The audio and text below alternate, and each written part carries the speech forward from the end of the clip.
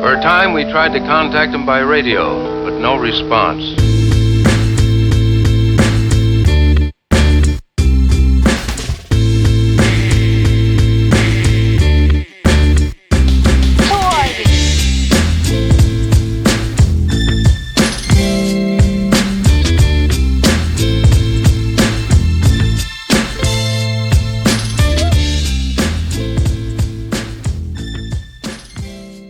Ladies and gentlemen, boys and girls, welcome to episode 7 of the Dumb Marks podcast. Chris, how was your week? Week was pretty good, Steve. Got caught up on the first 4 Karate Kid movies, so part of our little weekly Cobra Kai update in a way. You watched the one with Jaden Smith? I haven't watched that yet, so that's the only one. So what were the 4? So the 3 with with Elizabeth or Hillary Swank was 4. Swank, yeah. So I actually didn't hate that one growing up. I kind of watched that one a few times. I didn't either. But I don't necessarily associate that with this. I guess it would be like the Creed version of Rocky. Like, yeah. You know. But yeah. So it's funny that you mentioned that you watched those. My nieces are super into Cobra Kai. Okay. And so Christmas coming up here shortly. Gonna try to get them something, and there's a Cobra Kai store that you can go to on the internet that is just strictly all officially licensed Cobra Kai gear, whatever. So that'll be from Uncle Steve for Christmas this year. Get them Cobra Kai stuff. They gotta put out just in time. Yeah, so don't let there be Cobra Kai gis, because my nieces will be walking around with Cobra Kai gis on, ready to whoop some ass. And so I really liked the first one. I mean, it's the classic. I didn't remember the second one at all. It's when they went to Japan, and then the third one they actually touch on in the series is whenever Daniel goes and joins Cobra Kai for very briefly. So yeah, I was glad to go back and watch them. They're all on Showtime right now. The first 4. I have never watched the Jaden Smith one yet, so... Yeah, neither have I. I have not. You know, the second one is a little slept on, a little underrated. Yeah. And the second one is just as good as the other 2. I was a fan of all 3 of them growing up, and so I'm glad that they still hold up when you go back and watch them today when we're, 36 years old. So to continue on with Cobra Kai, I don't know if you saw, this week one of the co-creators, John Hurwitz, tweeted out that the season 3 is currently in the writing process, and they're expecting to begin filming in early 2021. You mean season 4? Season 4, yeah. Season 3 is getting released January 8th, so season 4. Yeah, I saw that as well. Big things coming from Cobra Kai. Excited here. A bright spot in a rather dull 2020. Which officially jumped the shark for me this week, because as a chubby kid and a fat kid, I like food and snacks. And of course. My favorite snack is the Little Debbie Christmas trees. It's what I look forward to every holiday season. It's a classic. I get them as a gift from my children. They know me very well. They play on the fat kid vibes that we put out in our household. So they made an announcement this week that they're not going to be released on time. They've been pushed back for whatever reason. I didn't bother looking into it too much because I was heartbroken by the fact that they're pushing them back. So that kind of officially put the exclamation point on 2020 being the worst freaking year ever. I mean, just that to me is like the kickoff of Christmas, whenever the Little Debbie Christmas trees come out. Yeah, some people go by, first time seeing lights up. Other people go by, like my wife goes by the Countdown to Christmas Hallmark movies that start October 23rd. Like, that's Christmas for her. And meanwhile, it's October 23rd. Me, it's whenever I walk into a Giant Eagle or a Walmart or wherever I'm buying groceries from, and I just happen to stumble across the Little Debbie Christmas trees. Yeah. And I go, oh, it's holiday season. After that, the only thing else that I need is to see the Eaton Park commercial. Yes. And then I'm golden. I know it's officially holiday season.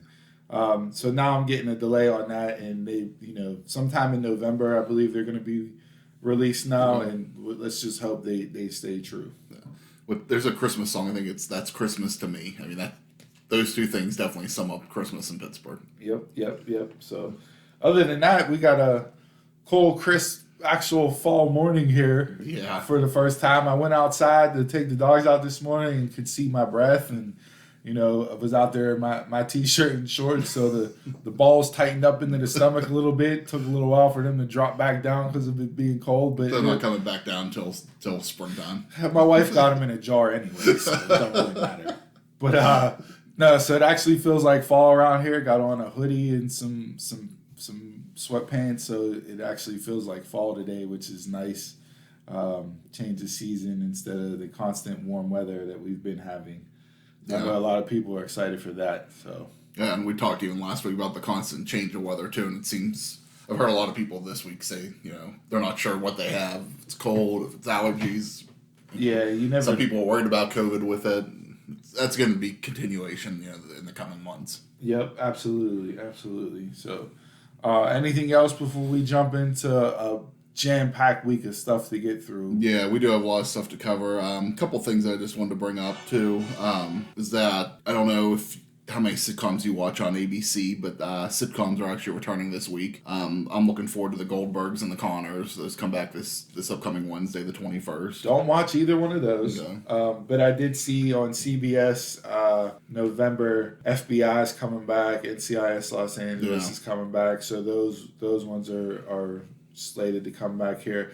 I'm super excited, and I hope I haven't heard anything of it yet, but I'm super excited for the new Law and Order spinoff with Stabler getting his own show.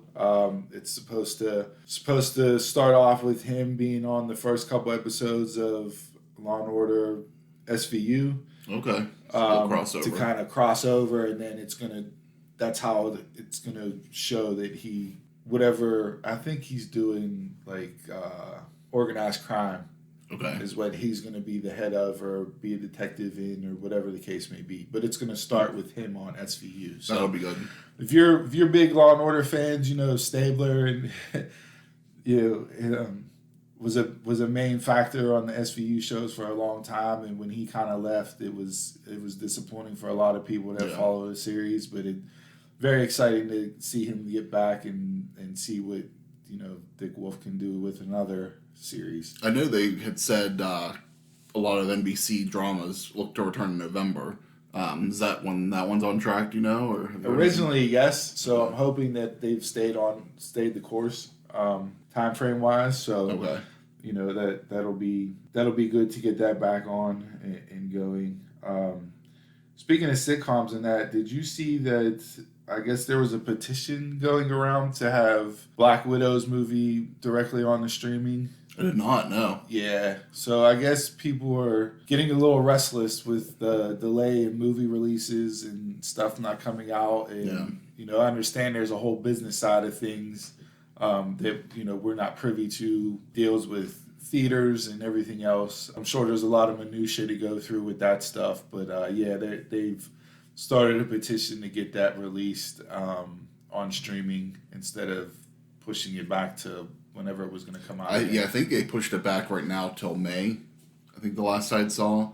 So I think that's a full year that's going to be pushed back. I did see, though, this week that Disney did announce that a change in their corporate structure and streaming's now their number one priority. Which it should be. Their Disney Plus service has gotten a lot of flack. A lot of people say they're not going to renew whenever they're due again just because there's really nothing on there that's making them want to stay. Okay.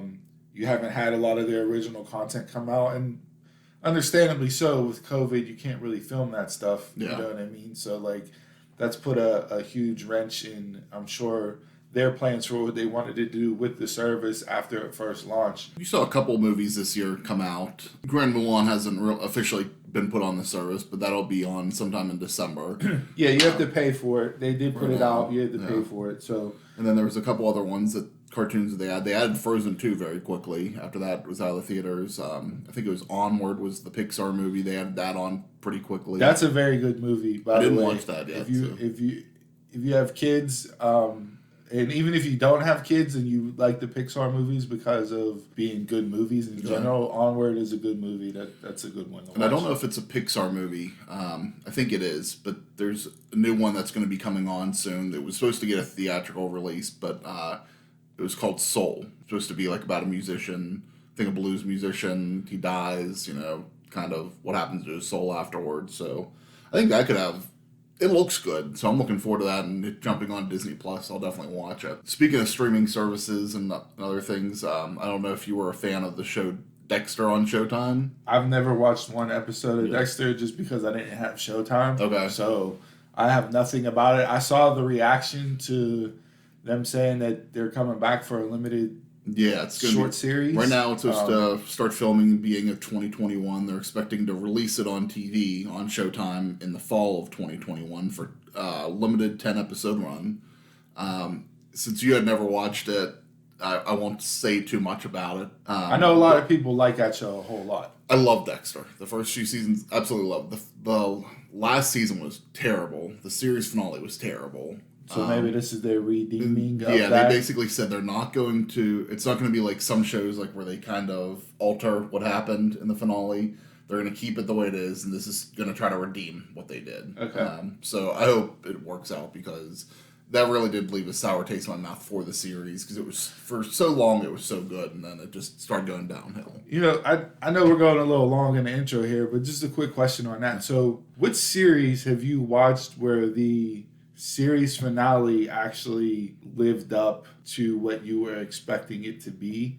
Because I know back in the day, Sopranos, when that series finale happened, people wanted to riot. Like, you know, and unfortunately, you know, we never got the movie that they were going to plan on doing, you know. So, like, but to you, what show that was a very popular show actually had a series finale that lived up to the billing of what that show was?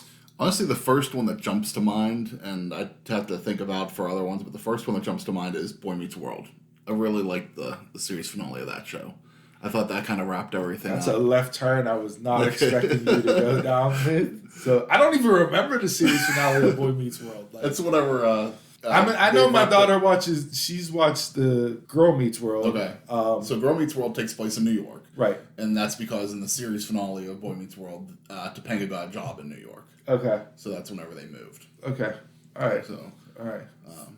For me, I know in recent memory, I would have to say Sons of Anarchy. Okay. The last episode there. I know it may not have been what people wanted, but for what the show was and what the series was, and that, I believe that did a very good job of tying everything up and putting a bow on the whole show. And it did wrap it up. Yeah. You know, because I always thought that the way it kept going was that, okay, we're going to see, you know, more of this show at some point. Especially now that seems to be so popular for things to get a second life. You know, I would like to see Sons of Anarchy continue. I haven't watched the Mayans yet. Mayans is really good. The first two seasons was really good. They're supposed to be getting a third, even though Kurt Sutter's not going to be involved anymore. Okay. He got fired, and if you want to look into that, you can look into that. But he talked about wanting to do a prequel with the original 9. Yeah. You know, leading up to the beginning of Sons of Anarchy with Jackson, Clay, and Gemma and all that. So who knows if that's going to get greenlit somewhere and get going. I think it would be a good movie. Yeah. So that to me was a series ending episode that kind of tied everything together. I kind of feel like growing up, I enjoyed series finales more than I do now, because so many of them don't wrap up anymore. It seems like they just make it another episode. Sometimes they'll wrap it up, sometimes they don't. Fresh Prince was another one. Fresh Prince is a very good one. That's a very good one. And they just did a reunion not too long ago. They had a Zoom reunion with everybody from the cast, because it's been 30 years. So they're doing one. I don't know if the Zoom one's the one that they're putting on HBO Max, because HBO Max has the whole series. I believe that's what it was on. Okay. Yeah. And then he also had done one on Snapchat. I don't know if you saw that. He was just doing something during quarantine just at home, and they did a mini one on there. But the one that's going to be on HBO Max will actually include the original Aunt Viv too, which is the first time that she'll be involved in anything. Then this was that one that they did, because 30 years. I was watching Fresh Prince earlier today, and I was like, 1991 or 1990, it was like, holy cow. Like, I don't remember it being that long ago. You know what it I doesn't mean? feel that long ago. All right. Well, I don't have anything else. You got anything else in the Just intro? one last quick thing. I don't know if you saw that the new iPhone 12 came out. It was announced this week. I did see that. Not a whole lot of, at least from what I follow and look at, there wasn't a whole lot of buzz necessarily. So I have the 11 Pro. It seems like it's just internal upgrade of that. Doesn't seem like it's adding anything too new other than the fact that this is the first Apple 5G phone. So if you want to have the 5G network, you need this phone. Apparently you can't have that. But the thing I thought was weird, it says that the 5G turns off and on. So if you're not in a 5G area, you don't have 5G service. So I thought that's kind of odd. But I don't really know how the whole 5G thing's going to work yet. So. It's not everywhere. So it's only certain cities or certain areas. So that would make sense because you wouldn't be able to connect. Yeah. So then you would go back to what you have now? I guess so. As far as 4G, yeah. You would just default back to that. So that's kind of interesting. But really, other than that, I don't think that the phone was anything too newsworthy. So it really depends on if you need a new phone. To determine if you want to upgrade to the 12, I guess. All right. Well, that's all I got for the intro. You good? I'm good. All right, folks. Enjoy the rest of the show. All right, Steve. We had a huge week in professional wrestling this week. Let's start off with Raw. It was night 2 of the WWE draft, and I felt the first hour was kind of dull.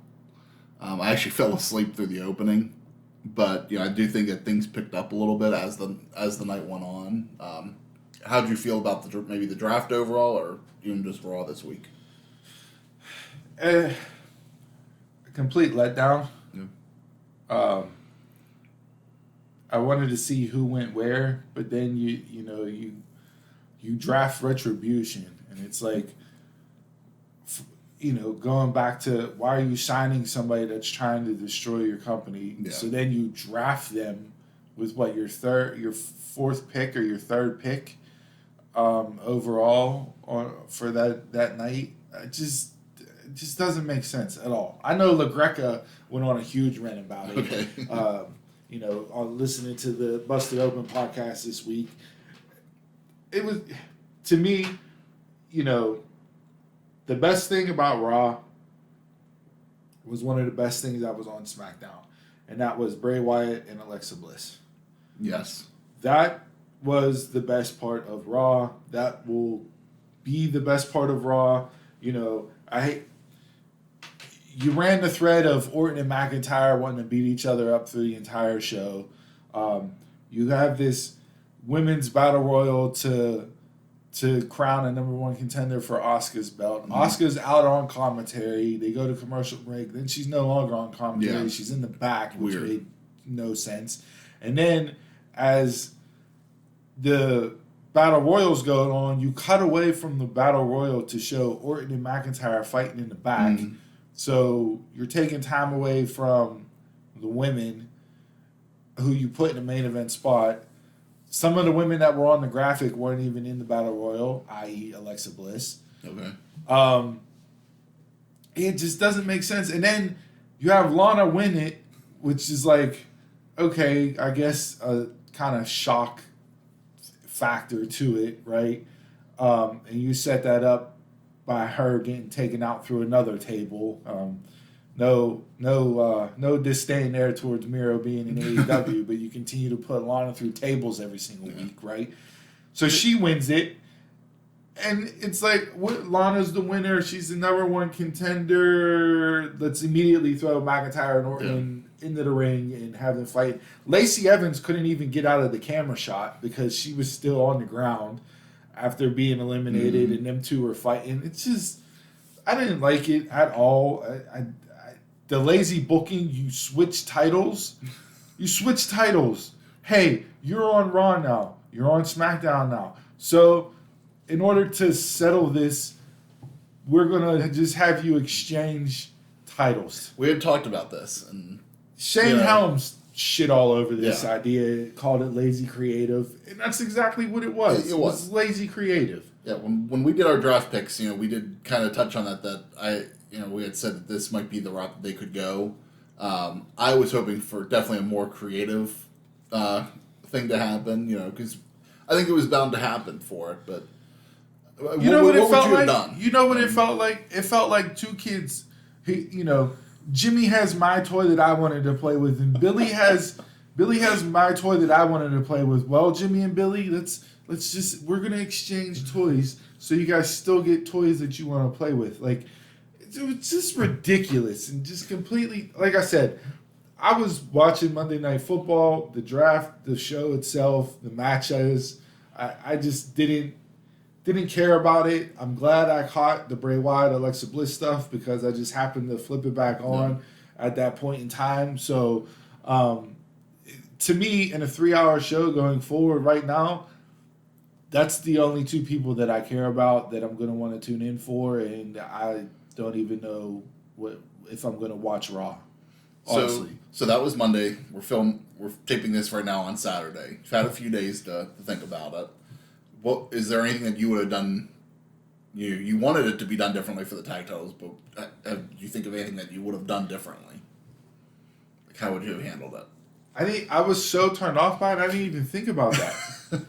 I didn't. I gave no thought to it because it was like, well, fuck it. That's what they decided to do. Yeah. I'm not gonna try to come up with anything better. Like you're gonna make me as a viewer of your show. You're gonna make me feel so stupid that hey, we can just swap. We can just hand each other titles, and now we're Raw champ and you're a SmackDown champ, and it changes their. That's history. Okay. Yeah, in the history books, they're no longer when New Day left SmackDown to go to Raw. That ended their SmackDown tag reign. They now started a new Raw tag reign. Street Profits had only been Raw tag team champions. They're now for the first time SmackDown tag champions. So it starts a new reign. And nobody beat anybody. And here's what I maybe thought would have been a good idea. On Raw, they should have had 2 tag matches. Whoever they wanted to put them both against. But if they each won their respective matches, that's whoever is the tag champ for those brands. It's not that they vacated the titles. It's just, hey, you win the match, you're the SmackDown tag champs. Hey, New Day, if you win this match, you're the Raw tag champs. It will at least let them earn the belt. This is why champions shouldn't be drafted. Yes. I didn't think that champions should have been drafted, whenever they did it. It just, because they have titles that say Raw and SmackDown in them. Right. I don't think that those should be. Yeah, they make them Universal Tag Team Champs and the World Tag Team Champs. Mm-hmm. Or whatever you want to call it. Like, you have the World Heavyweight title and the Universal title. Label them that way, so then that way if they do get drafted, they just carry them over, and now those belts will be defended on Raw instead of on SmackDown. Last year I got it a little bit more because that was the first time that they were going to be on Fox. So they were kind of treating it like Fox and USA wanted their own separate rosters. Which is what they went with again this year. Yeah. So I got last year, for being the first time, okay, let's see which brand gets what's title. But for this year, doing the same thing, I thought this year it should have been, okay, champions stay the same, everybody else is up for grabs.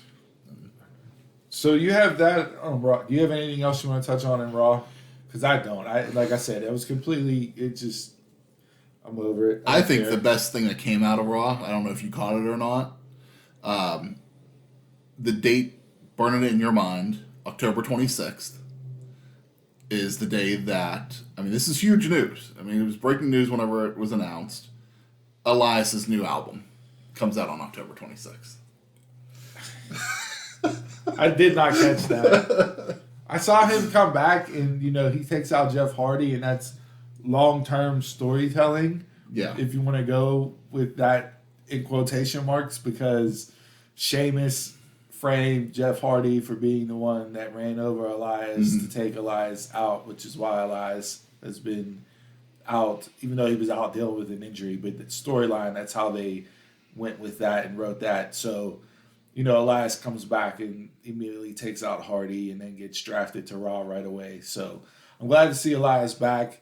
I did not really pick up on the debut album, which I believe he's been debuting an album for how many years? No, he did put one out. So this is the second album. Okay. I think they're calling it Universal Truth, so we'll see what comes out with that.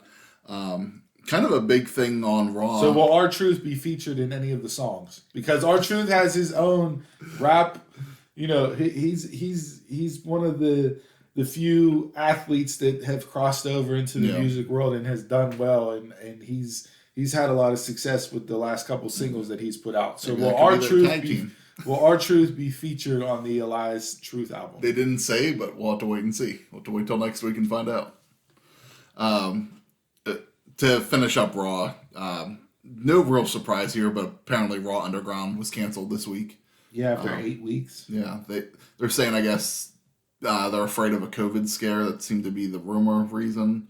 So they kind of want to keep talent more separated again. So we'll see if this returns after, but I don't see it really coming back. So, well, that did nothing for nobody. It really didn't. All right. Well, that was stupid. Other maybe than that, what's the guy's name? Daba Kato, who got drafted. He got drafted. So yeah, you saw him with Strowman there at the end, which really wasn't even like that big of a fight. Like they hyped it up to be. Yeah. So fast forward to last night, Friday night, the season debut of SmackDown. Horrible opening.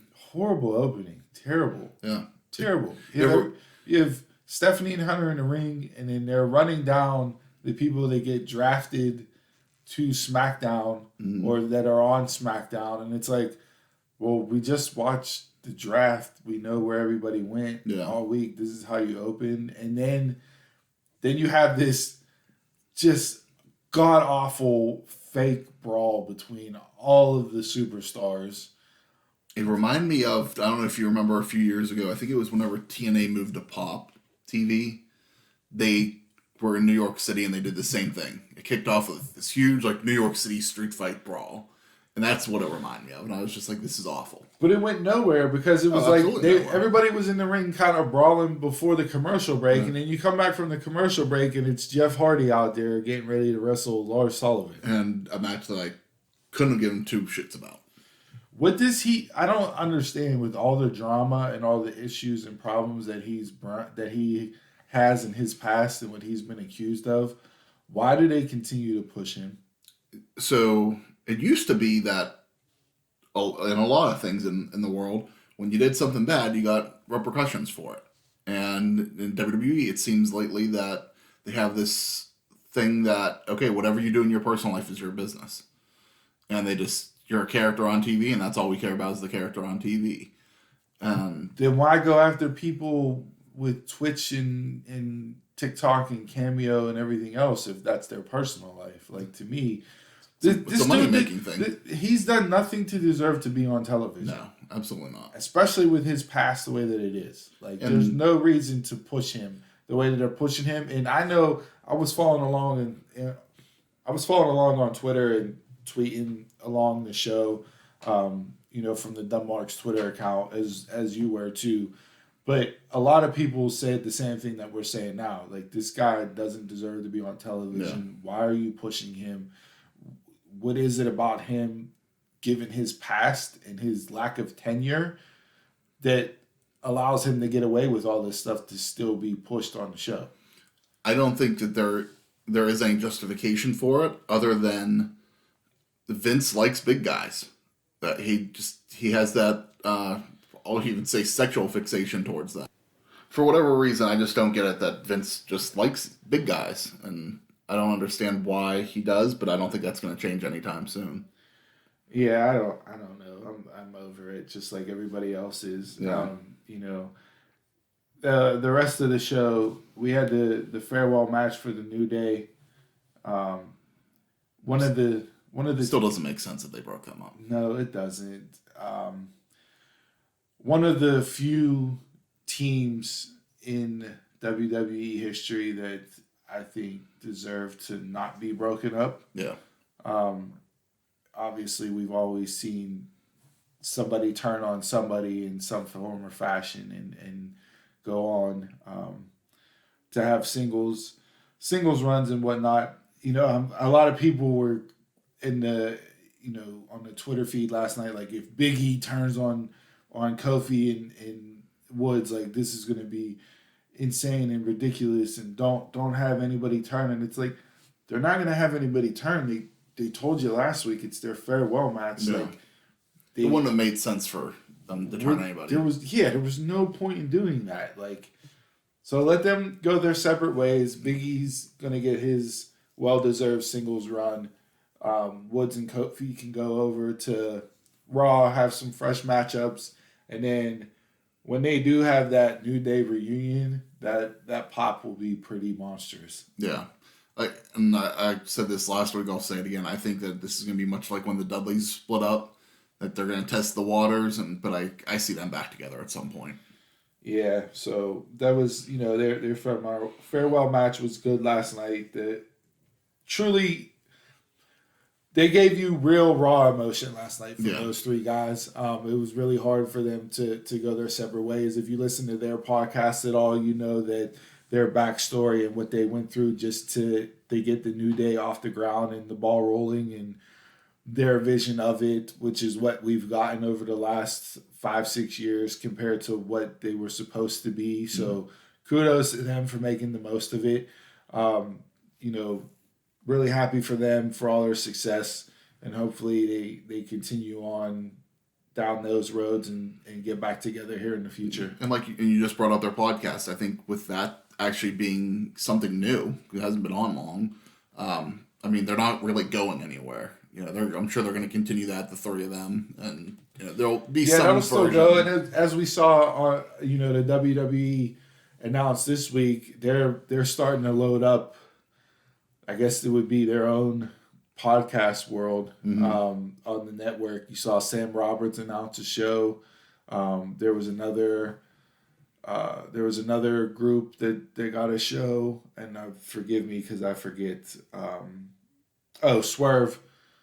Isaiah Swerve Scott and his podcast Swerve City. Didn't hear about that one. They got a show. Okay. I'm sure the New Day will move over to their. Alexa Bliss is already on there. Alexa Bliss is on there. Stone Cold's already on there. Corey Graves is probably going to get moved over. So they're following the path and getting into the podcast business officially with these shows. So we'll see what comes about with that. But other than that, on the show, the only other thing that I liked from SmackDown last night was the ending of the main event.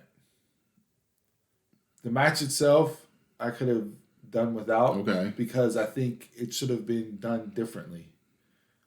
Yeah. Given the run that Roman's been on and where Braun Strowman has been at recently.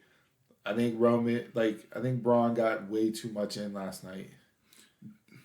I think, since he's been champion, I think they were trying to protect him a little bit in that match, but it went longer than I expected it to. I figured it was going to be even quicker than what it was. But I agree. I think the ending with Jay was the best part of that match. They continue, like Jay gave an interview and he said, you could take any of the top stars you want, whether it's Seth, whether it's Daniel Bryan, whether it's Bray Wyatt. You can put any of them in with Roman, and you're not going to have the storytelling that you have with what they got going on right now. And I said before, leading up to Clash of Champions, I didn't have a problem with the storytelling between the two of them, and they are doing a great job at building up to this match at Hell in a Cell. Even more so now because they have even more time, and you factor in the original stuff too, that this Hell in a Cell match really does have potential to be a great match if they do it right. Absolutely. I'm still not a fan of the I Quit stipulation inside the Hell in a Cell, but I'm not sure it's going to take away from anything either. No, and I think maybe next week on SmackDown we'll get to figure out what the consequences are of the I Quit match, because that's the other piece of the stipulation that's not known yet. So I think when that becomes clear, then it'll make the stipulation make more sense as to why you're having it inside Hell in a Cell. But kudos to both of them last night, man. They've got me hook, line, and sinker buying in on this, and it's because it's real. Yes. There's not, Bully Ray says all the time, wrestling is better when it's real. And them two are bringing real feelings, real emotions, real events, real drama, real problems. That is all wrapped up into that storyline. And I am all here for it. The verbiage between the two last night was great. Roman saying, I love you, but if I do this to him, what do you think I'm going to do to you? Yeah. And then Jay coming back, I love you too, as he's beating the ever-loving hell out of Roman with that I thought chip. that was the best part of it. Like, as he's hit him with the chair, I love you. It's like that. It just added. It was funny, but I wasn't necessarily laughing like as I saw it because I just thought it was good. It was well done. And then it tied it up in a bow with before Roman walks out the ring. He looks at him and he goes, "What? That was your last chance." Yeah. So I think I'll continue on next week, see where that goes. My actual favorite part of SmackDown wasn't that part, even though I enjoyed the ending. I absolutely loved the Bianca Belair video package. I forgot my new favorite crush. I thought whoever did that, kudos to them because I thought that was well done. That WWE's always done great video packages for people, but that's probably one of the best I've seen them do in a long time. Yeah, I wonder. I would like to know who did that. I know Jeremy Borash does a lot with NXT. I don't know if he does anything with the main roster, but it wouldn't surprise me at all if he was one of the individuals behind that video package because of just how great he is with doing that and those types of pieces. But that blew what they were doing for her on Raw completely out of the water. Because really on Raw, she was just more, the third member of Street Profits because of who she's married to. And I'm all here for the EST, and I said, give me her as a heel, Bianca as a heel, Sasha as a babyface, and let them two just go at it because to me that'll be one of the best matches that we've seen. Corey sold it a little bit after the video package aired, and he said that his prediction is that by this time next year, she will be a women's champion. Absolutely. She has it written all over her. I'd be surprised if she didn't win the title within a year. Yeah. Given how that roster shaped up, and that roster is top heavy, but I think Bianca can fill in and fit in rather nicely with Sasha, Bayley, and the upper echelon of that women's roster on SmackDown. Yeah, we'll see where things move with Bayley and Sasha, especially after Hell in a Cell, and then see what happens with the Rumble and WrestleMania next year. But I could easily see Bianca being pushed towards SummerSlam. Did that contract signing do anything for you last night? It didn't. To me, it kind of put a halt to all the momentum that they had. I didn't think it took away, but it just didn't add anything for me. I'm still mad that they're rushing and doing it now, but hey, it is what it is. We got to live with it. Be interested to see if Sasha actually wins in Hell in a Cell. It doesn't make. So what if she doesn't win? Where does she go? What do they do with her? And I think the only thing they can do with her is have her win the Rumble. But then, is she built up enough?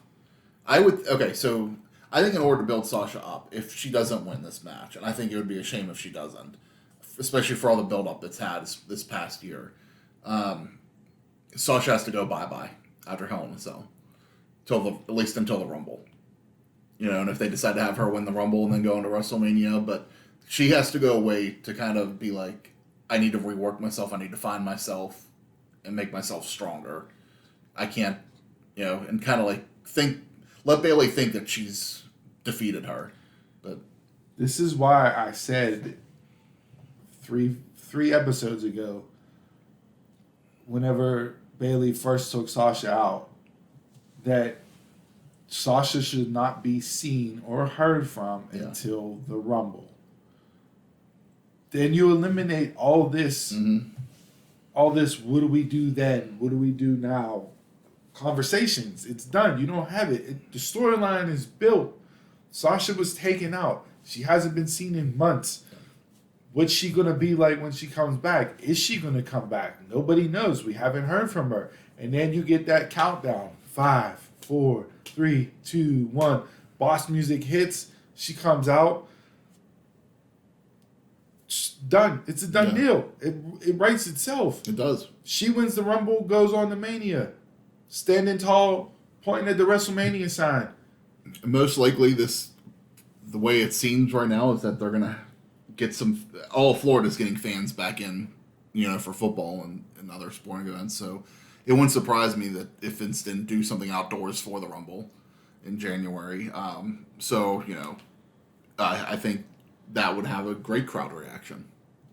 But now you don't have that because you decided to rush it and push it in and make it fit into Hell in a Cell. Yeah.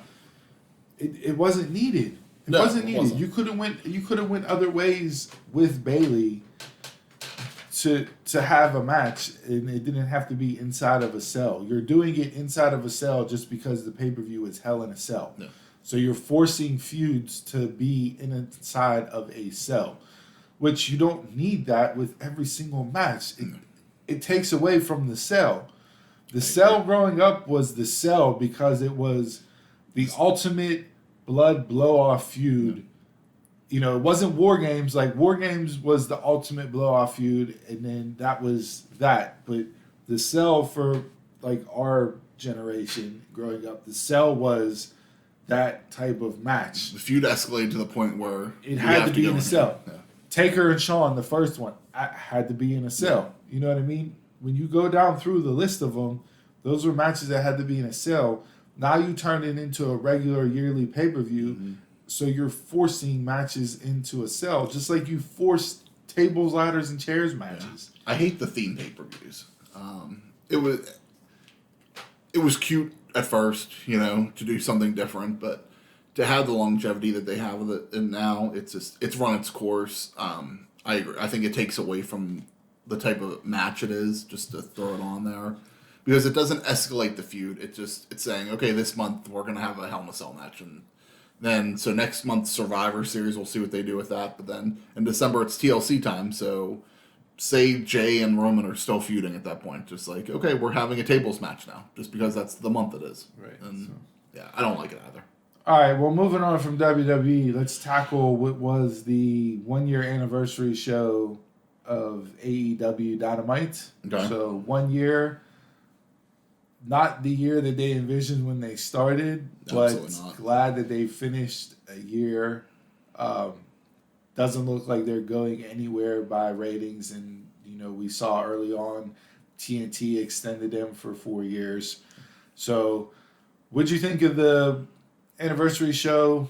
Likes, dislikes, anything stick out to you, so on and so forth?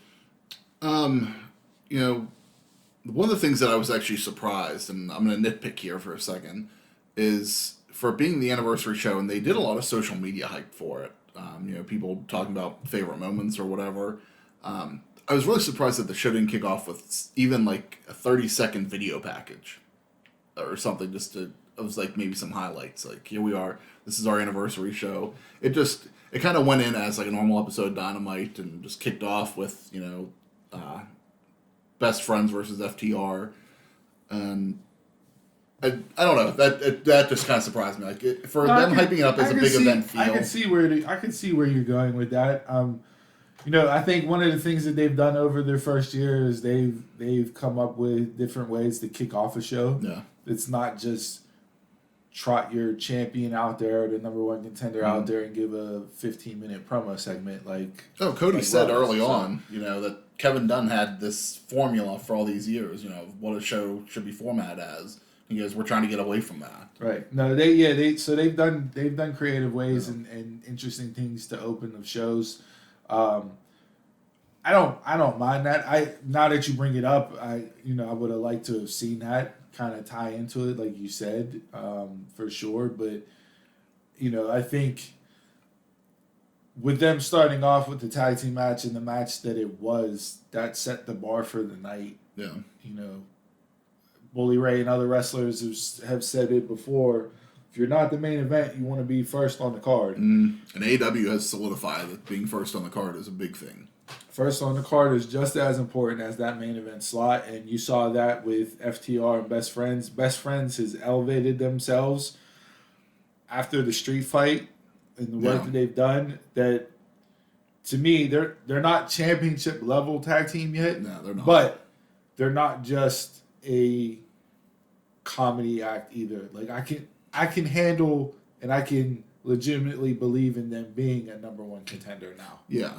And they went out there and they performed. Like, they had a hell of a match. It was a great opening match. It really set the tone for the night as far as what we were going to see in-ring work wise goes. I know we can get into some of the specifics with other matches later on, but I was happy with it, and as we saw later on in the night with the lottery for the number one contender for the tag team draw that we had, it looks like we're going to go Young Bucks and FTR at Full Gear.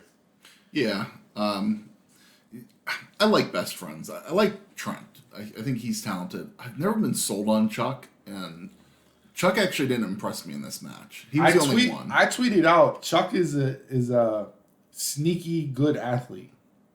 Like, he's one of the guys where, like, if you're at the YMCA and you're playing basketball and, like, you see him and you're like, I guess I'll take him, in the pickup game. Like, yeah, well, come on, dude. We need 5. Let's go.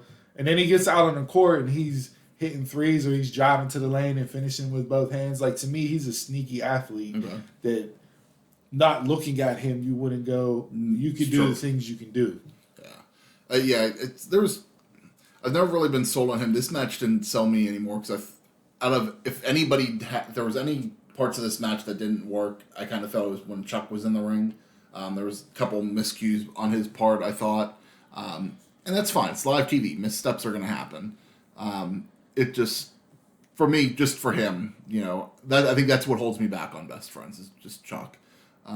But yeah, unfortunately at Full Gear, I think we are going to get the Young Bucks and FTR. I think that's another feud that is just that they're giving us way too soon. The Young Bucks have definitely turned heel right now, and they're definitely in position, to have that anger. They're not even like. I know this is the Young Bucks of the Young Bucks, and this is what they were doing in New Japan and everything else and all that. But to me, like, it comes across kind of being like, you're just douchey pricks. Like, that's what they've always been. But I mean, like, not in like a. It's just not a way that I'm like, okay. You're not sold on the heel turn. Yeah, like, it just doesn't come across well to me, like, I don't know. It just doesn't do anything for me from them. So now that next week it'll probably be more official, so we'll see where it goes. The segment I thought of the night was Britt's backstage segment with Tony. Tony Schiavone was the star of the show. Yeah. Star of the show. I tweeted out the meme, the 40-year-old virgin. Oh, yes. Kelly Clarkson with the chest wax. Like, that's exactly what that was. Schiavone shirtless on Dynamite in 2020 is a sentence I never thought I would say. And he's been amazing since he's been back. The stuff with him and Britt, especially while she was injured. I don't know. It was a fluke that happened for sure. That their chemistry just shown through. But there's some things that you just can't prepare for, and that's one of them.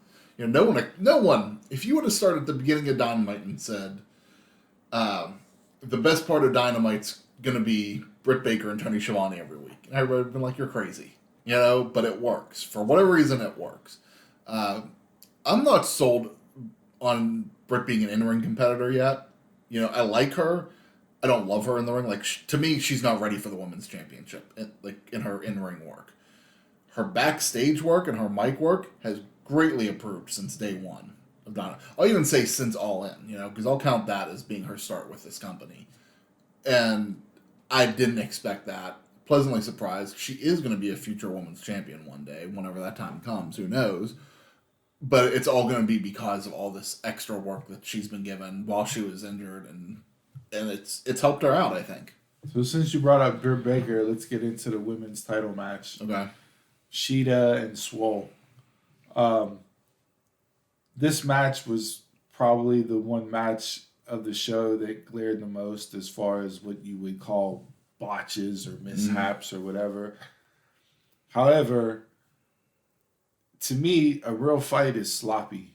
It's not going to be perfect. It's not going to be crisp, clean, one into the other. So, we've said it before, and commentary has said it again, and even during this match, You're outside in Jacksonville, humidity, whatever. Yeah. Like, okay. I thought that when they had mishaps, they immediately went into something else that not necessarily covered it up, but got your mind off of what you just saw. It made it flow. Right. So like Swole tried the turnbuckle powerbomb, came over the back of Sheeta, slipped and fell down, didn't catch Sheeta and bring her down with her. So what'd she do? She got up immediately, pushed her over the top rope, and then gave her that cutter on the ramp. So like, yes, she missed the spot, but I'm not sitting there thinking she missed the spot. I'm thinking, oh shit, she just hit a cutter on the ramp. Yeah. Like, okay, you know what I mean? So like, Sheeta tried to nip up and wasn't able to get up, and like was like, well, you know, she's exhausted. It's been physical. Like they get up and they start hammering each other again. So like to me, those things like they're gonna happen. Everything's not gonna be perfect. It's a fight. It's not supposed to be just come off as crisp, clean, and fully choreographed. So I think they had a good match. Swole's not there yet. I agree. You know, I know there was chatter and Dr. Baker tweeted out, you know, women with AEW, you know, I guess not getting the time they needed on shows because of poor ratings or whatever. My thing with that is although AEW has gotten away from the formulaic open of shows, their shows, if you look back consistently, at least over the course of the last several months, when do the women always go on? They go on in a segment right before the main event. So depending on the main event, they're only getting 4 minutes, 5 minutes here. Like, put them in different spots on the card. Yeah. To let them shine more. Like, I know you don't have your full roster there, and that causes issues and everything else, but don't continuously put them in the same segment every single week. Yeah. It's been nice that, you know, with COVID, it's allowed more women to kind of get a different spotlight in there. And I agree. I already said that I agree that I don't think Big Swole's there yet. And I definitely didn't feel like this match did anything for her, unfortunately. I didn't feel differently about her, maybe other than the fact that, yeah, she isn't there yet. But it was just nice to see a different competitor go for the title. You know, they were using Thunder Rosa for a few weeks. I don't know if she's coming back or if she's done now. But, you know, it was just nice to see someone different in there.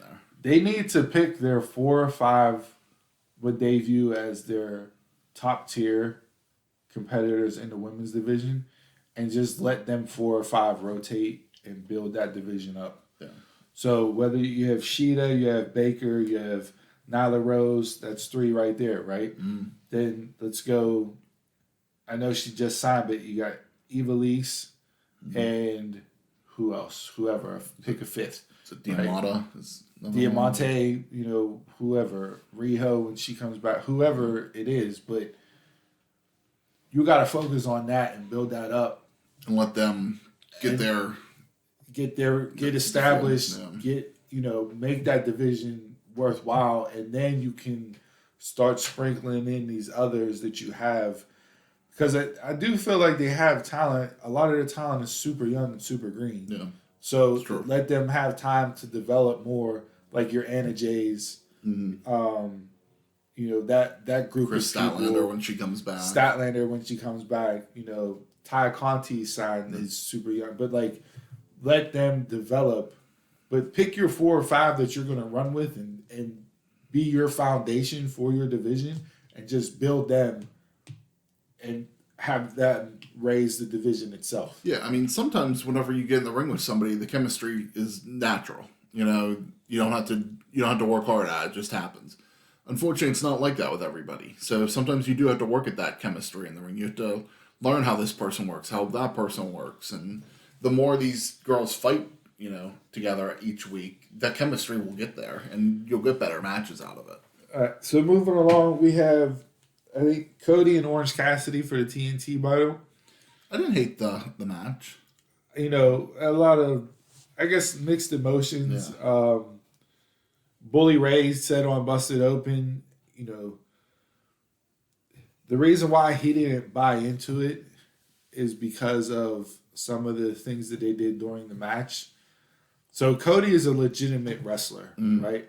Legitimate from the standpoint of he was a hell of a amateur wrestler. Yeah. Georgia State champion in high school, could really go on the mat itself. If Cody is a legitimate wrestler, has you in a waist lock, you're not going to get out of that waist lock by picking your arms up and sliding them in his arms and putting them in your pockets and then ducking out of it. That spot works with Jericho, like Bully says, but that doesn't work with Cody. So I think parts of it didn't really necessarily work. I liked the match itself, watching it. Like I didn't feel, let down by it at all. The time limit draw was smart. It was the same thing that they did whenever Darby fought Cody the first time. And a year in, I don't feel like they've abused the time limit draw. It's not like, oh, here we go again, another time limit draw. I thought that they used it a handful of times when they need to. And yep, no, it was good. It was effective. It was good. I really don't have much to say about that. They'll have the rematch in 2 weeks. If you look at ratings wise, that match itself drew in over 100,000 people. So Orange definitely moves the needle as far as the public goes. You can't say it was 900,000. Yeah, but so they finished the night at like 856. Yeah, but that match bumped them up. It did.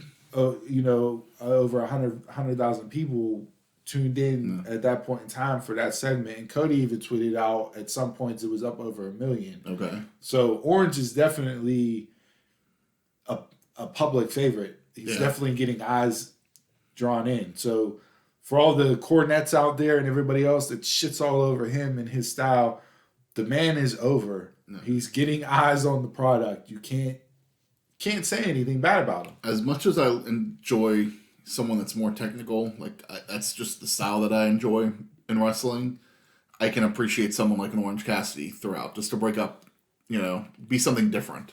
It's like Baskin Robbins, baby. We got 31 flavors of ice cream. You can't have everything be the same on the show. Yeah. Because then it's just vanilla. Yeah. And you eat vanilla every time, you're going to get tired of vanilla. Exactly. So that was good. Moxley and Archer. Was what it was, I kind of feel. Yeah, I agree with Bully Ray's breakdown of this match. A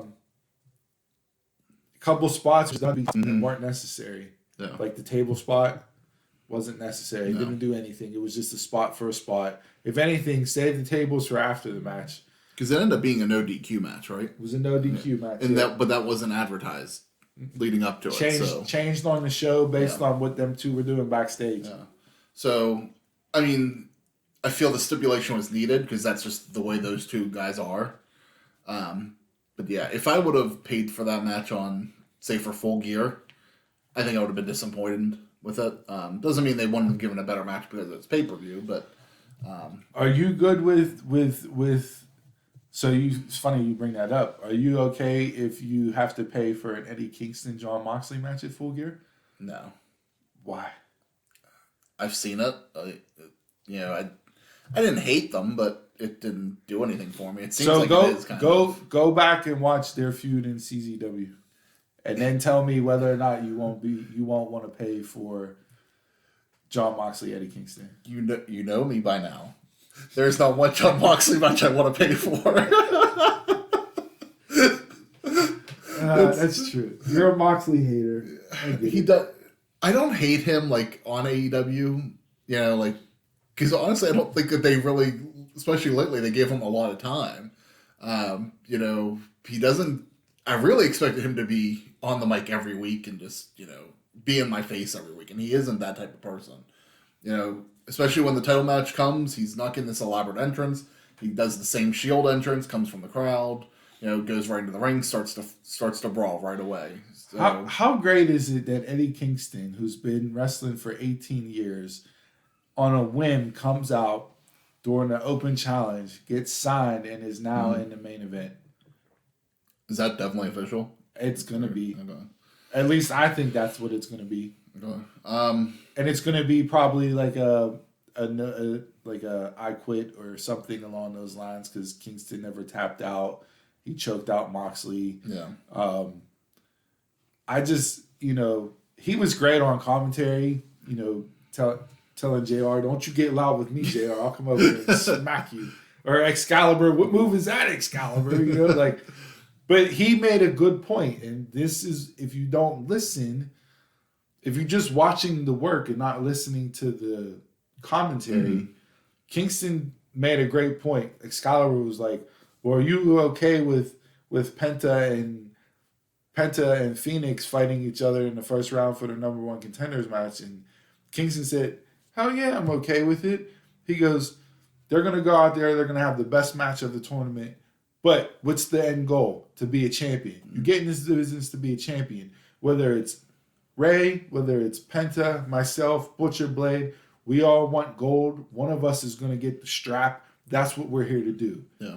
So, hey, I'm fine with that. It doesn't matter to me which one of those 5 get a title as being their group. Like, they're all in it. They all know this is what we're in the business to achieve. So, let Eddie get his run. I like Eddie Kingston a lot. I liked him in Impact whenever he did his bit with LAX and Conan.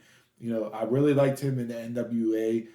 Him and, I know before NWA shut down, him and the Pope, D'Angelo De Niro, they were getting ready to have a feud that really worked for me because both of them are really good on a stick. Yes. So that's one thing. Eddie can talk you into the match. Yeah, he's great on the mic. I thought his commentary work was great. It's very true. He can talk you into the building. So once you're in the building, then it's whatever. You know what I mean? But he's going to talk you into the building and he's going to have you ready to at least sit down and watch whatever match he's in. Yeah. I'm not sure I'm completely sold on the idea of him main eventing, but I agree. There's nothing I can take away from him on the mic. But if you're saving Moxley and Omega, because the finals, we saw the finals for the number one contender tournament is going to happen at Full Gear, right? So if you're going, which we both think it's going to be Heyman and Omega, and then Omega's going to win that. So if you're going for Omega v. Moxley, and Moxley just beat Archer, in the meantime, for a pay-per-view, who else are you going to have Moxley face? It's true. I mean, there's not a whole lot. And that's kind of, we had said this about Impact a couple weeks ago. Impact had a Impact Plus pay-per-view, Victory Road, in October, with Bound for Glory coming up in October. And it's just like, I don't like events that close to one another. That's kind of how I felt. Like, I get why they did the anniversary show when they did it, because it's just how it fell. But that's the downside. You have this big event. You actually had a couple big events, with them doing a 30th anniversary for Jericho, kind of hyping that up as a big event. Then the anniversary, and then a few weeks later, you're going into a pay-per-view. So now we finished the anniversary show, and we only have, 2 weeks to build up a pay-per-view? 2-3 weeks?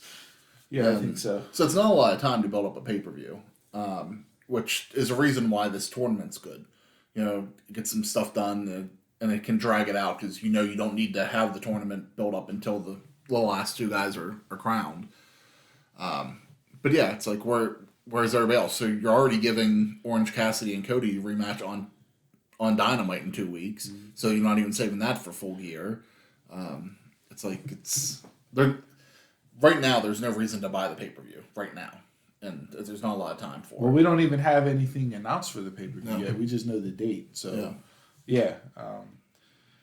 so that was, I think, for an anniversary show, it was good. I thought one thing that kind of fell a little bit flat for me was Jericho and MJF. I kind of knew what the announcement was going to be going into it. I figured MJF would want to say that he wants to join the Inner Circle. No. I like the stuff with Sammy. I giving him a 6XL jacket. We said this before. The route was going to be MJF trying to push Sammy out, and Sammy gonna be the one to fight for a spot, whatever. So I'm okay with that.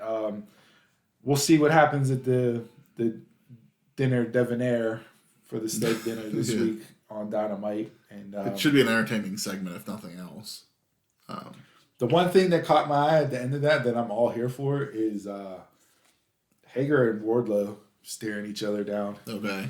Let them two big bastards get in the ring and just beat the shit out of each other. Yeah, and that could be thrown on the pay-per-view just to do it. Is the pay... It seems like they're going down the route of Jericho versus MJF at Full Gear. I kind of hope they even hold off on that maybe till Retribution or... Revolution. See? They're in my head.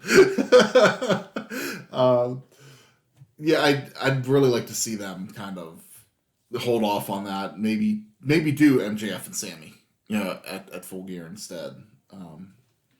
Moving on to NXT this week.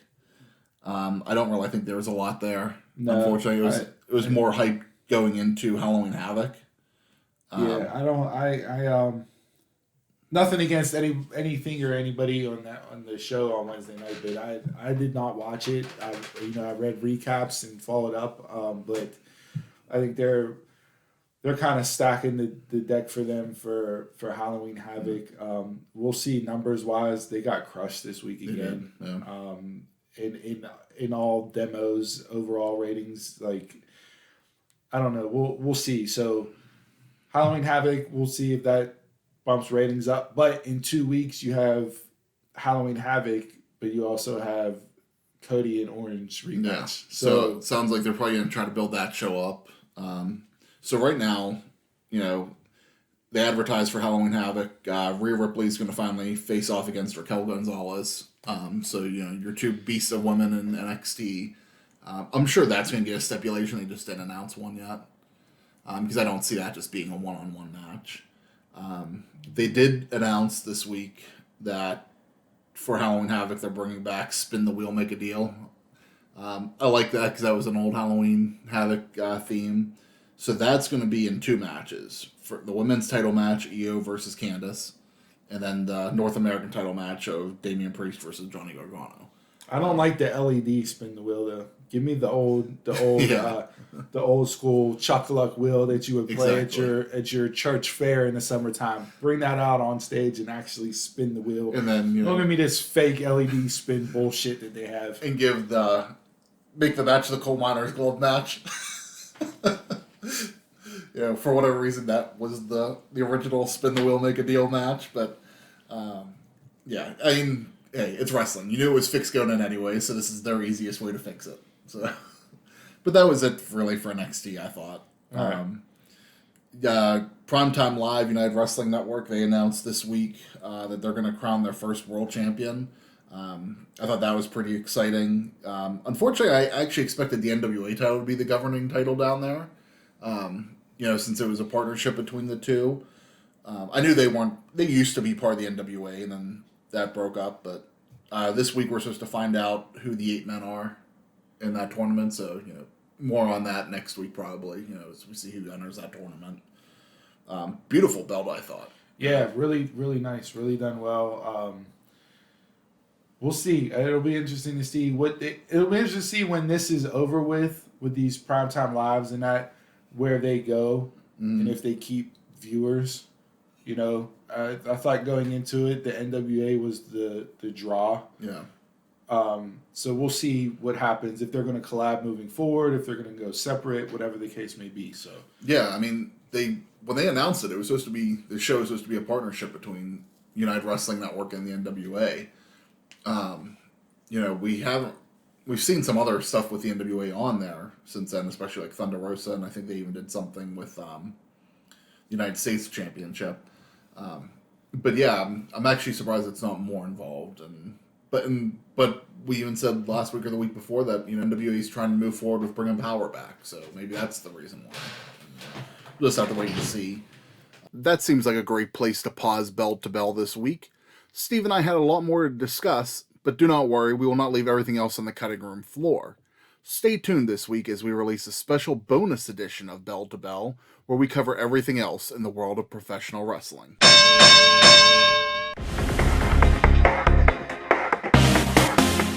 Chug, chug, chug, chug, chug. This week, Drink of the Week segment is brought to you by, I don't remember because I blacked out last night. Damn. That kind of night, huh? That kind of night, boy. This week, Drink of the Week, we're bringing to you Platform Beer Company's Candied Pecan Yammy. Candied Pecan Yammy. Let's see here. It's a nutty caramelized fall spiced beer. It's an ale with sweet potatoes and natural flavors. The can it's a beautiful looking can. Yeah. I tell you what, like Very basic, very modern. very basic. Yep. It's 7.9% alcohol. I do like on the side of the can here, they have, grains, 2 rows, caramel malt, Munich. Yeah, they break down, flake barley, hops, yeast, American ale, adjuncts, pecan, brown sugar, spice blend, and sweet potato. Yeah, I mean, you don't usually get that type of breakdown. No, not at all. So let's see if we can. That's a ton of grains and hops and malts. So I'm very interested to try this beer here. So, I mean, they gave it to you the name, the Candied Pecan Yammy. So, Absolutely. I mean, that right there, those are 2 things that we're really looking for in the taste. All right, so let's pick these cans up here and give a little taste and see what we think. To borrow a Guy Fieri reference, even though we're doing beer instead of food, that's a trip to Flavor Town, boy. There's a lot of flavor packed into this beer. A lot of different flavor packed into this beer. I'm definitely getting the fall spices. I can't say I'm really picking up on anything with the pecan, the candied pecan. I kind of expected that to be a little bit sweeter of a beer because of that. I am getting a little bit of the sweet potato in there, but I mean, for the most part, I think it's. I think the sweet potato, brown sugar, like that's normally what you'll like. If you're eating a sweet potato, you'll put your butter and your brown sugar on it. Yeah. And that to fatten it up instead of just eating it to be healthy sweet potato. Yeah. That's what we like to do around here, fatten things up. I like this. First time I've ever had anything from Platform, and you said that they are a Budweiser, Anheuser. It's a division of Budweiser? Anheuser-Busch. This is based out of Cleveland. Well, it should be a shitty beer if it's called in Cleveland. So this is not a mistake by the lake type of thing, though. How typical things are from Cleveland. I like it. It's definitely a fall. It's a fall beer for sure, 100%. It's definitely a typical fall beer with the spice palette in there. I think this might be the first beer that we're going to disagree on. I don't think that I'm not picking up on anything. The name is Candied Pecan Yammy, so I'm expecting to taste the pecan and taste the sweet potato. I kind of feel like I'm just tasting the spices. I'm not loving the aftertaste. It's kind of like lingering on the palate a little bit for me. You think because you're drinking it out of a can? Yeah, I don't even think that's part of it. All right. Well, since you're starting to be a Debbie Downer over there, on the sumo scale, 1 to 5, what are you gonna rate the Platform Candy Pecan Yammy? Yammy. I think the Yammy's gonna get a 2-y. Okay, 2. All right. I'm gonna go. I'll go a 3.25. Okay. Solid fall beer for me. Nothing that I would put in like a top 5, but No. I would if this, if I'm outside doing yard work in the fall, raking up leaves, I would definitely drink this while I'm doing that for sure. Yeah, I mean, I'm not gonna take anything away from it that doesn't taste like a fall beer. It's just I think I've had better. All right. So we have a 2E for the Yammy from Chris. I'll go 3.25 from me on the sumo scale. And as always with Drink of the Week, we ask you that you pick up your cans, your bottles, your glasses, your shots, whatever you're drinking with us this week, and hold them up as we go to good ships and wood ships and ships that sail the seas. But the best ships are friendships, and friends will always be. Salute. Cheers. All right, folks, this week in sports is another jam-packed week of professional sports from around the globe and around various sports itself. We saw the NBA Finals come to a conclusion there with the bubble. The Los Angeles Lakers beat the Miami Heat to win their 17th championship, tying them with the Boston Celtics for most all time. So LeBron gets his ring in LA. The win for Kobe mission was completed, and let the LeBron hate begin. That's all it was after this week. it's amazing to me that it's still talked about as much as it is. Whenever you're that good at something, there's people love to hate on it. Listen, they're the Lakers. They were the only team in NBA history, right? They've finished the season 57-0 when leading going into the fourth quarter. Okay. They didn't lose one game when leading in the fourth quarter. In a game that in the NBA where games are filled with runs and you can see a team being up by 18, 20 points and have that turn around a couple minutes later and they're down by 5, to go the entire season and not blow a lead when entering the fourth quarter, it's impressive. Is pretty impressive. It's a great stat. I'm happy for LeBron. I don't think he's done by any means. No. He already tweeted out or on his Insta story on Instagram, put a caption with him watching the Last Dance documentary, and he goes, "Season's over, but the homework continues." Okay. Something along those lines. So he's already getting ready to prep for next season. It'll be interesting to see what the team looks like. Don't know any of the details with NBA draft or free agency and all that stuff. So that'll come, or when they're even going to restart. But kudos to them for pulling it off in a bubble. They had a plan. They attacked it. They set it up. I'm sure for the players and coaches especially for the Heat and the Lakers, being in one place for over 100 days, locked down as they were, is not easy. So the mental aspect of winning this championship was more difficult than any other that we've seen before. Okay. But kudos to them. Hats off. Great, good win. I'm happy for LeBron. He gets another one. We'll see where things go from here with the NBA. And then moving along with Major League Baseball, unfortunately, the Astros won last night and forced the Game 7. So they tie things up with the Tampa Bay Rays after the Rays blow a 3-0 series lead. We saw this with Boston and the Yankees years ago. The Astros coming in is, the most hated villains of all time to start the baseball season with the cheating scandal. Yeah. And, their coaches get fired, but none of their players get suspended and everything else. And then this year, Major League Baseball extends the number of teams that can get into the playoffs, which allowed them to get in with a losing record and them to be on this run now where they're now one game away from the World Series after all this. I don't know if you love it or you hate it, but for baseball, it generates a story. Yeah. It gets people interested in a sport that's not that interesting because of how the game's played, length of time, and all that. So, do I want to see the Astros win to make it to the World Series? Only from the story standpoint, yes.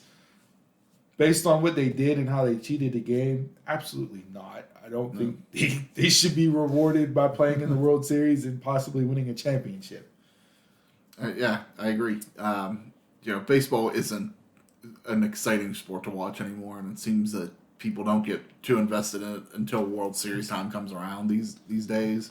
But I mean, hey, fall baseball is definitely an exciting time, and it just adds to the story, like you said. I think that if they move forward, it'll be interesting to see what happens, but they aren't deserving to be rewarded because of what they did. Right. College football game slated today. The big one is Alabama and Georgia. That's on 8 o'clock on CBS. So Nick Saban, coach of Alabama, tested positive for COVID on Wednesday. Mm-hmm. He has since had 2 negative tests in a row and potentially will coach tonight's game. Yeah, that's crazy. Don't know how that works. I didn't know that you could test positive for COVID one day and then have 2 negative tests the next day. So was it a false positive to begin with? Why? I don't know. Other coaches have tested positive and have quarantined and have been away from their team for, 10 to 14 days, depending on what apparently Saban may coach tonight. I don't know what that does, it'll make for a wild story, that's for sure. Yeah, But I don't know, what could have happened, but it does sound like there's a very strong possibility it was a false positive the other day. yeah, and so that's the big game tonight. I'll be tuning into that. Speaking of false positives, NFL this week, we had some false positives that threw the monkey wrench into some weeks' teams. We saw the Colts had 4 false positives on Friday. They shut down their facility only to learn that the positive tests were false positives, so they were able to get back into things. The Falcons, I believe, also had a false positive that was shut down in that. So, we see that, the issues the NFL is running into are teams and players testing positive and how they're going to rework the schedule to get all these games in the 16 weeks that they normally do. The schedule makers are playing, they're playing that game with the 3 cups and they're moving the pill around. You got to follow and figure out where the schedule's going to land, what game you're going to be played, what day you're going to be played on.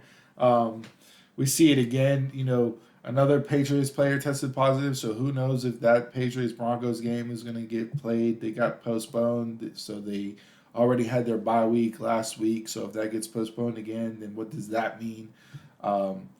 Chiefs and Bills were moved to Monday night because Bills and Titans played last Tuesday. So, again, it's a lot of moving pieces. Unfortunately, I think that's going to be a recurring theme. Especially as the season goes on, we're just going to see more false positives, and unfortunately, you just have to roll with it. And just eventually, to me, you're going to have to.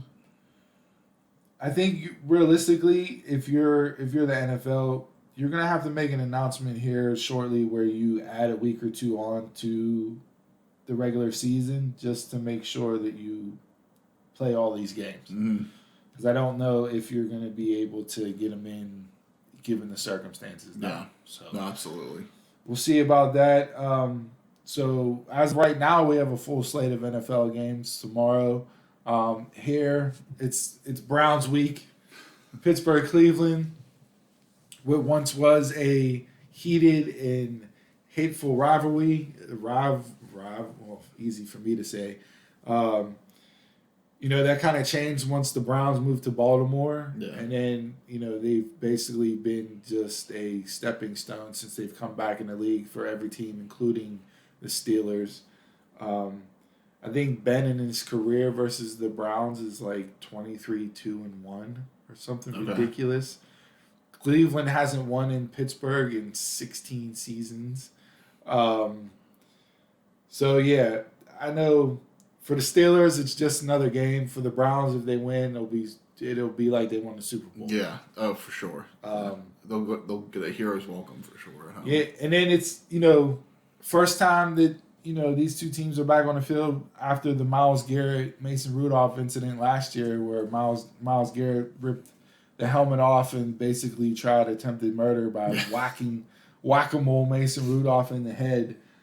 So be interested to see with that. Here's a couple of things for you. So Myles Garrett, right? He goes through all that, gets suspended by the league, gets reinstated. Cleveland rewards him by giving him a $100+ million contract, right? He's being hyped up as being Defensive Player of the Year this year. And to me, I would rather have TJ Watt than Myles Garrett. Yeah. Right? So here's some interesting numbers for you, right? So far this year, TJ Watt versus Myles Garrett. In pressures, Watt has 19, Garrett has 19. Quarterback hits, Watt has 15, Garrett has 11. Sacks, Garrett has 6, Watt has 4.5. Hurries, Garrett has 14, Watt has 13. Quarterback knockdowns, Watt has 8, Garrett has 6. TJ Watt's played in one less game. So he's even with Myles Garrett, and he's played in one less game. Watt should have been Defensive Player of the last year. I felt like they gave it to Stephon Gilmore strictly because of the Patriots' record and the defense as a whole, the run they went on the first 8 or 9 games of the season. there's arguments could be made if you look up Steven Nelson's numbers last year, cornerback for the Steelers, and compare it to Stephon Gilmore's. Nelson was actually better than Gilmore was last year number-wise, if you look at it. Nobody voted for Steven Nelson for Defensive Player of the Year. So, to me, TJ Watt's one of the top 2 or 3 defensive players in the league. He's going to break the bank whenever his contract comes due. Good for him. Kudos to him. His productivity warrants that. He's always on the field. So, yeah, just interested to see.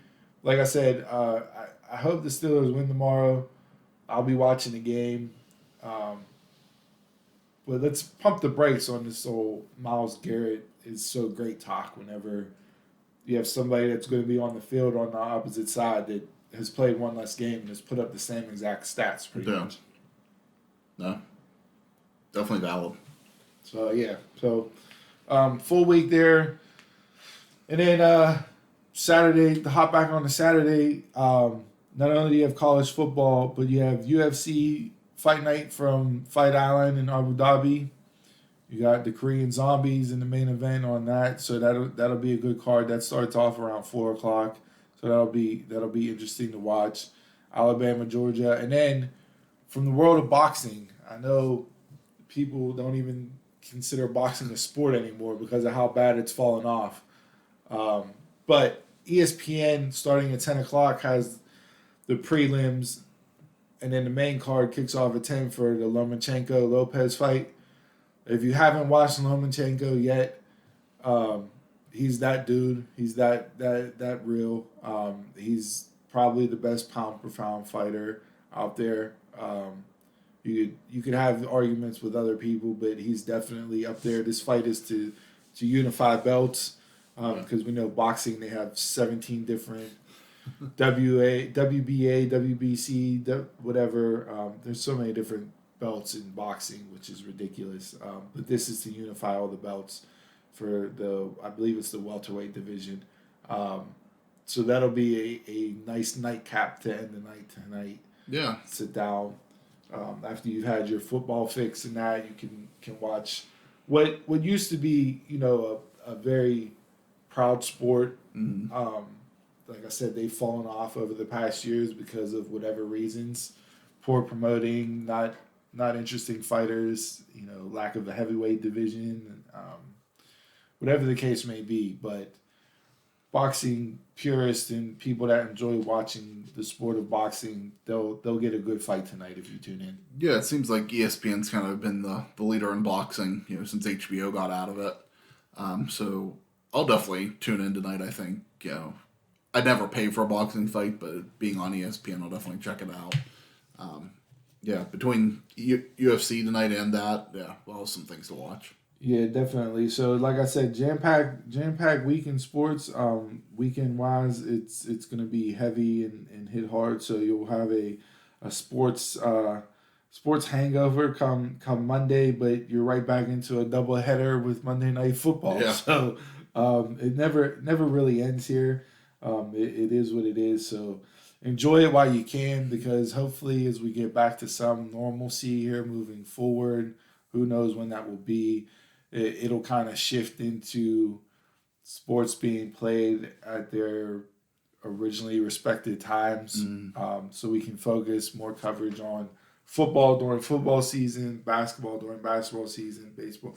So we can get into and deep dive a little bit further. Now, everything's still being played to the point where we get into this sports segment and we're kind of just giving quick hits instead of in-depth discussion because there's so much going on. So much going on. So yeah, that's all I got for this week in sports. All right, guys, I think that's going to do it for the Dumb Marks this week. We had a jam-packed week with stuff, went a little long, so I hope you enjoyed the tons of fun power hour that Steve likes to call it. Yeah, and if this longer episodes don't work for you, by all means, reach out to us and let us know. We're open for like we say all the time, comments, criticism, remarks. Maybe we have to change up how we release shows or how we get into topics. We're all for it, so by all means, reach out to us and let us know. Yeah, hit us up on anything on YouTube. Leave us a comment or any of our social media, which is at dumbmarkspod for Twitter, Facebook, and Instagram. You can also find the podcast on Apple Podcasts, Google Podcasts, YouTube, Spotify, iHeartRadio, and this week we added radio.com. Nice. And also don't forget, you can always email the show. You can email us at dumbmarkspod@gmail.com. Again, that's dumbmarkspod@gmail.com. All right, Steve, you got anything else for the week? Nope, that's all. Thanks for tuning in. And as always, we leave you with a little uplifting message. This week, I got a little quote or a little tidbit from Kurt Angle, Olympic gold medalist, WWE champion, Hall of Famer. Hometown hero, Clarion University standout. And from the wisdom that is Kurt Angle, if you want to get ahead, you got to get started first. Only you can make it happen. Nobody else will do it for you. Shine like the star that you deserve to be. #it's true. It's damn true. And with that, you can catch us around the way.